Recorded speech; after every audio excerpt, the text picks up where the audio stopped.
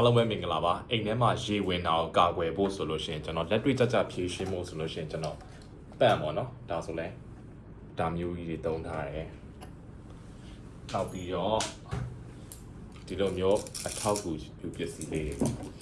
ဒါလေးတွေတုံးပြီးတော့လက်တွေ့ကြကြဘယ်လိုဖြည့်ရှင်းထားလဲဆိုတာကိုဒီဗီဒီယိုမှာရှင်းပြပေးသွားမှာဖြစ်ပါတယ်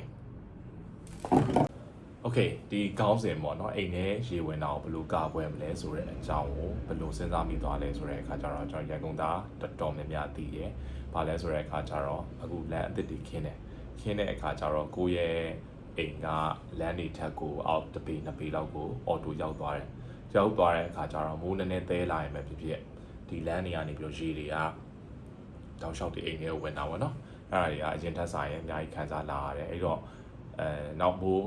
တဲတာတော့တခြားအကြောင်းအရာတွေပေါ့အဲ့ဒါနေပြီးတော့ရှိဝင်တယ်ဒါကိုဖြည့်ရှင်းဖို့အတွက်ကိုလက်တွေ့ကြကြစဉ်းစားထားတဲ့နေလမ်းဖြစ်တယ်နောက်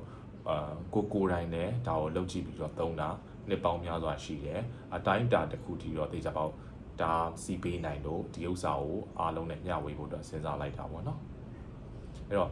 ဒီနီလန်းကရေနှုံမြောင်းလုပ်တဲ့ဥစ္စာအဲ့တော့ဒီဥစ္စာလုပ်ဖို့အတွက်ဆိုလို့ရှိရင်ဘာလို့လဲဆိုတဲ့အခါကျတော့ကျွန်တော်တို့အိမ်ပတ်လေဒီရေဝင်တဲ့နေရာကနေပြီးတော့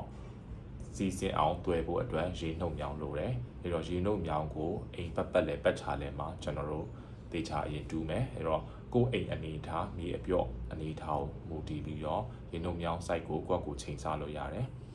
မြေ foundation နဲ့နည်းနည်းလေးကွာရင်တော့ပိုကောင်းတာပေါ့နော်။ဘာလို့ foundation ကိုထိခိုက်မှာဆိုလို့ဒီကြားလို့ရှိရင်ဒီရေနှုတ်မြောင်းတွေအားလုံးကဘယ်ကိုသွားမလဲဆိုတဲ့အခါကျတော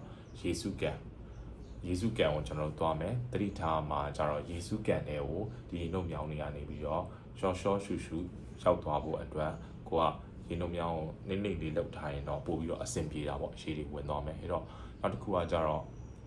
့ဖြစ်စေချင်တာကကျတော့သူ့ကို concrete နဲ့ပဲဖြစ်စေချင်တယ်ဘာကြောင့်လဲဆိုတဲ့အခါကျတော့ရေရှည်ခံအောင်ရယ်ရေစိမ့်ဝင်မှုပေါ့နော်အပြင်ကနေရေစိမ့်ဝင်မှုတွေနောက်ပြီးတော့မြောင်းပြန်ပြိုကျသွားရတယ်ရေရှည်သုံးမရဘူးဖြစ်မှာဆိုလို့ဒါလေးကိုအဲ့လိုမျိုးလေးဖြစ်စေချင်တယ်နောက်တစ်ခုကကျတော့ဒီရေနှုတ်မြောင်းနေအမိုက်မပိတ်အောင်လို့ဘေးကနေအဖုံးလေးလုပ်ပြန်ထားနိုင်တယ်ဆိုရင်တန်စကားကွက်လေးအဖုံးလေးလုပ်ထားပေးနိုင်တယ်ဆိုရင်တော့ပိုကောင်းတယ်ပေါ့နော်အဲ့တော့ကျွန်တော်ရေဝင်တော့မယ်ဟေးဆိုလို့ရှိရင်ရှိသမျှအိမ်ပတ်လေကနေဝင်လာတဲ့ရေတွေကဒီရေနှုတ်မြောင်းတွေကနေတစ်ဆင့်ကျွန်တော်ပြုလုပ်ထားတဲ့ရေစုကန်တွေကိုရောက်သွားမယ်ရေစုကန်တွေကိုရောက်သွားတဲ့အခါကျတော့ဒီ floating ball လေးပေါ့နော်ဒီ floating ball လေးကရေတက်လာတာနဲ့အများအပေါ်တက်လာပြီးတော့ကျွန်တော်တို့ဒီ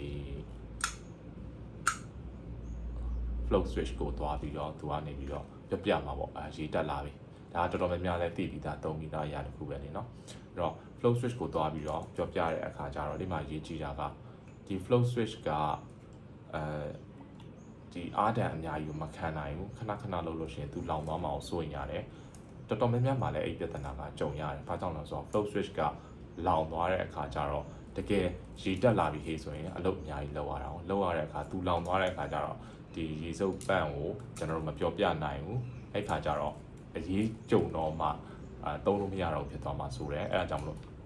့ဈာထဲမှာပါလဲဆိုတော့ relay ခံဖို့ဒီအင်မတန်အရေးကြီးတယ်တော်တော်များများအကိစ္စကိုထည့်ပြီးမစင်စားဘူးဒါပေမဲ့ဒီလောက်အကုန်ကြခံပြီးတေချာပြင်ဆင်ပြီးမှတော့robustness ဖြစ်ဖို့ပေါ့နော်တေချာလေးအသုံးဝင်ဖို့အကျန်းခံဖို့ဆိုလို့ရှိရင် relay ကိုတေချာခံသိခြင်းနဲ့အဲ့တော့ဒီ flow switch ကနေပြီးတော့ relay ကိုသွားပြီးတော့ပြောမယ် relay ကနေပြီးတော့အဲ့တော့ဘာလုပ်မလဲဆိုတဲ့အခါကျတော့ရေတက်လာပြီလောက်ရအောင်မယ်ဆိုလို့ရှိရင်ဒီပန့်ပေါ့နော်ဒီရေမြုပ်ပန့်ကိုလည်းကျွန်တော်တော့တကောင်လောက်သုံးစေချင်တယ်ပေါ့နော်တကောင်လောက်သုံးစေချင်တယ်အဲ့တကောင်မှာဒီပြာလေးကကျတော့ကျွန်တော်ထိုင်းကနေကျွန်တော်မှားထားတာဆိုတော့ဒီမှာဘာပို့ထူကြလဲဆိုတော့အောက်မှာဓာတ်ဆက်ပါတယ်ဓာတ်ဆက်ပါတဲ့အတွက်အဝတ်တို့တခြားအမိုက်တရိုက်တို့ရှိလို့ရှင်သူကခုတ်ပေးတဲ့အတွက်ကိုမဖြစ်နိုင်ဘူးပေါ့နော်ရေမြုပ်ပန့်နေပြီးတော့ပိတ်မနေဘူးတကယ်လို့ဒါကိုလိုချင်တဲ့ hate ဆိုလို့ရှိရင်လည်းထိုင်းမှာတစ်ချက်ရှာကြည့်လို့ရတယ်မြန်မာပြည်မှာတော့တိတ်ပြီးတော့မတွေ့ဘူးမြန်မာပြည်မှာဒါမဲ့ရိုးရိုးရေမြုပ်ပန့်နေတော့ရှိပါတယ်ကောင်းတာလေးဆိုရင်တော့2သိန်းကနေ3သိန်းကြားရတော့ရှိနေတယ်ထင်တယ်အဲ့တော့တကယ်လို့ကိုကရေမြုပ်ပန့်ဟိုကမဖြစ်ဘူးဟေးဆိုလို့ရှိရင်လည်းကိုယ့်ရဲ့ရေစုကန်ရဲ့အပေါ်မှာစကားလေးလောက်ထားဖို့အတွက်ကိုအကြံပေးခြင်းနဲ့အဲ့ဒါဆိုတော့အမိုက်တွေအများကြီးဒီထဲကိုမဝင်သွားဘူးပေါ့နော်နောက်တစ်ခုကကြတော့ဒီထဲကိုက ကလေးတွေဘာတွေပြုတ်ကြတာလဲကိုကာကွယ်ပေးပြီးသားဖြစ်သွားတယ်အဲကြောင့်မလို့စကားလေးတော့တေချာပေါက်လှုပ်စေခြင်းတယ်အဲ့တော့ခုနကတော့ဆက်ပြောရမယ်ဆိုလို့ရှိရင်အဲ့တော့ relay ကနေပြီးတော့ရေတက်လာပြီဟေ့ဆိုရင်ဒီရေမြုပ်ပန့်ကိုလန့်ပြောတဲ့အခါဒီရေမြုပ်ပန့်ကနေပြီးတော့ကျွန်တော်တို့ပိုက်တွေတွဲပြီးတော့ကိုယ်အိမ်ထဲကနေပြီးတော့ကိုယ်အိမ်ထဲကိုရေပြတ်မဝင်နိုင်တဲ့နေရာအပြင်စီးနေတဲ့မြောင်းတွေကိုပဲဖြစ်ဖြစ်ကျွန်တော်တို့တေချာပေါက်ဆွဲထုတ်သွားပြီးဖို့လိုတယ်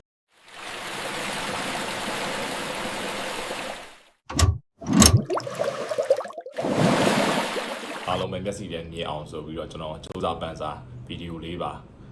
AI နဲ့လောက်ထားပေးရပေါ့နော်အဲ့တော့အဲ့မှာမြင်ရတယ်လို့ပဲအဲ့စနစ်အတိုင်းကျွန်တော်တို့လောက်ထားမယ်ဆိုလို့ရှိရင်ဒီကိုယ့်အိမ်ထဲကဝင်လာကိုယ့်အိမ်ထဲကိုဝင်လာတဲ့ရေတွေကိုဒီရေမြုပ်ပန်းကနေတဆင်အပြင်ပေါ့နော်အများပြည်သူမြောင်းနေကိုကျွန်တော်တို့ဆွဲထုတ်လိုက်ပြီးတော့တက်လိုက်များကိုယ့်အိမ်အတိုင်းအတာတစ်ခုထိတော့တေချာပေါက်ကျွန်တော်တို့ကာကွယ်နိုင်တယ်တခုတော့ရှိရပေါ့အများပြည်သူမြောင်းနေရောလမ်းမှာရေမြုပ်သွားရင်တော့ကျွန်တော်တို့ဘာမှမတတ်နိုင်ဘူးအဲ့တော့ဗီဒီယိုလေးအိမ်မှာလောက်ထားပေးတယ်နောက်အခုဆက်ပြီးတော့ကျွန်တော်အိမ်မှာလောက်ထားတဲ့ပုံစံလေးပေါ့နော်အဲ့ဒါလေးနဲ့ဗီဒီယိုထဲမှာထည့်ထားပေးတယ်အရန်တော့မလာဘူးဒါပေမဲ့လောက်ထားရဲဆိုတာလေးကိုပြချင်လို့ပေါ့နော်ဒီခံပြီးကြည့်ပေးပါခင်ဗျာ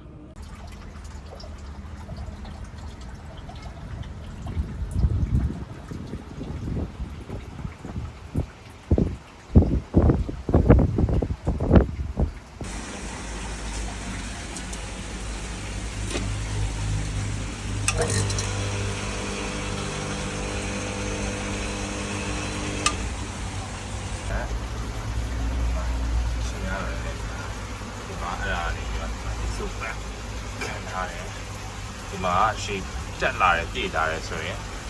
ဒီမှာဒီမှာ